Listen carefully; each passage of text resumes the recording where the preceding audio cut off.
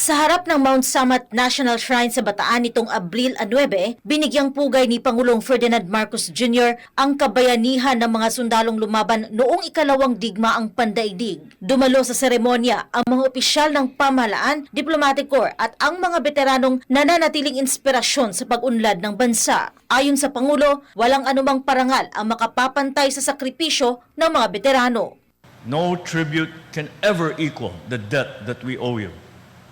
But let this gathering stand as a promise that your service will never be forgotten.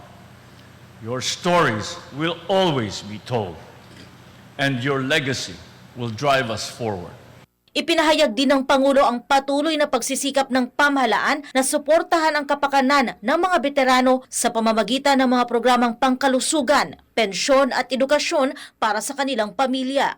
Kabilang dito ang pagpapalawak ng serbisyong medikal at ang pagpapatayo ng mga pasilidad para sa kanila sa iba't ibang bahagi ng bansa. Tinalakay din ni Marcos ang kasalukuyang hamon na kinakaharap ng bansa, kabilang ang epekto ng tensyon sa gitnang silangan sa presyo ng langis at kabuhayan ng mga Pilipino. Aniya, patuloy nakikilos ang pamahalaan upang mapagaan ang epekto nito sa mamamayan. Kaugnay dito, nanawagan ang Pangulo ng pagkakaisa, malasakit sa kapwa at pagmamahal sa bayan bilang susi sa pagharap sa mga pagsubok. We gather here today to remember those who stood firm in the face of overwhelming adversity, as well as to reaffirm the values that they lived and that they died for, the values of courage, of dignity, and an unyielding love of country. Attorney Sal, anong ginawa mo nung araw ng kagitingan?